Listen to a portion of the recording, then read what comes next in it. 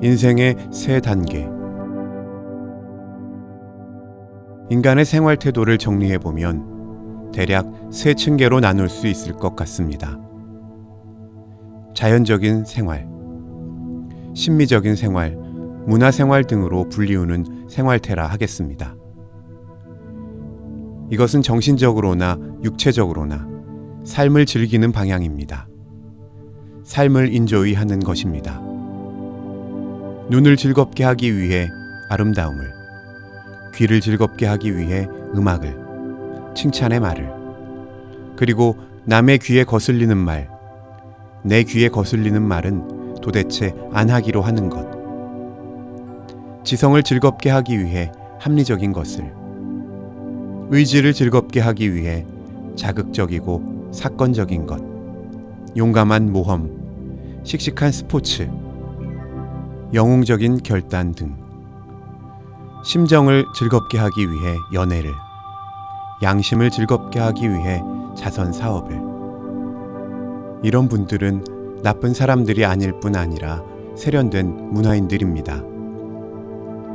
악의 없는 자연인으로서의 고상한 삶을 즐기는 사람들입니다. 중성적인 생활태를 사는 사람들도 있습니다. 내 건 내 거고 내 건 내 거다 하는 재산 감각을 분명하게 갖고 있는 사람들입니다. 독리 몰래 양식 내는 바보가 아니라는 긍지를 갖고 삽니다. 관망자로서 사회관계에 동참하려는 의욕이 거의 없는 생활을 합니다. 골프라든지 승마라든지 댄스 파티라든지 하는 그들 자신의 특별한 취미를 만족시키는 모임에는 많은 비용을 내면서 동참합니다만 어떤 공동선을 위한 모금 같은 데는 유난히 인색하답니다. 그런 사람은 일을 시키기가 어렵고 일을 같이 하기도 쉽지 않습니다. 그까짓 그런다고 일이 되나 합니다. 선한 일은 선한 일 자체 안에 의미가 있다는 것을 그들은 인정하지 않습니다.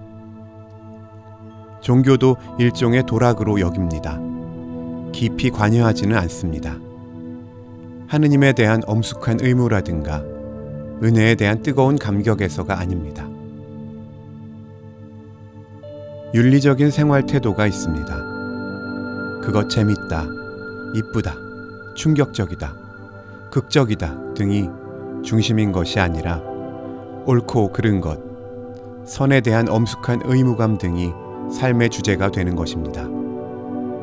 인격적인 결단과 선택을 요구합니다. 구약의 율법, 공자의 윤리, 소크라테스의 도덕 등 결심하고 무거운 짐을 지고 산으로 올라가는 노작이 요구됩니다.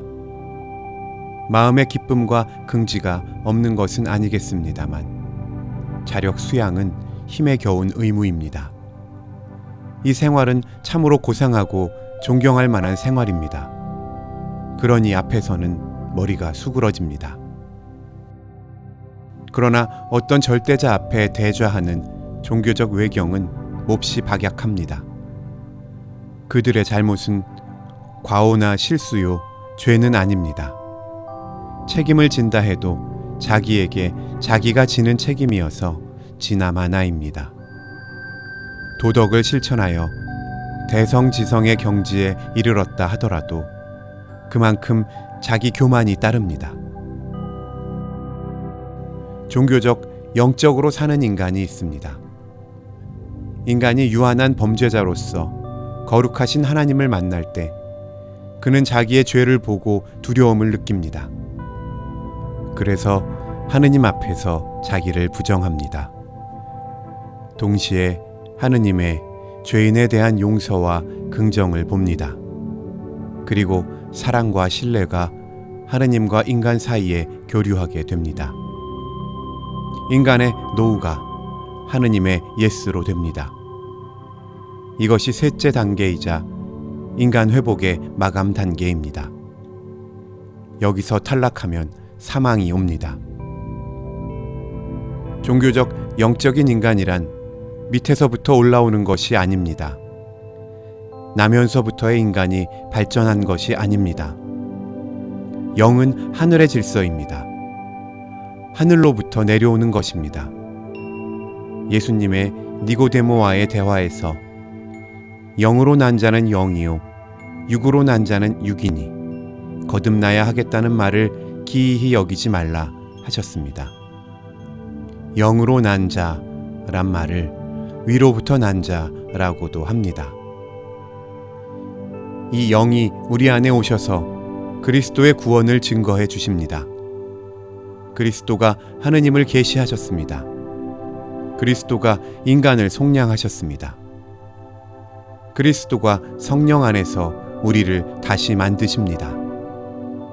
그래서 우리는 그리스도로 말미암아 살고 그리스도 안에서 살고 그리스도를 위하여 살고 그리스도를 향하여 사는 것입니다.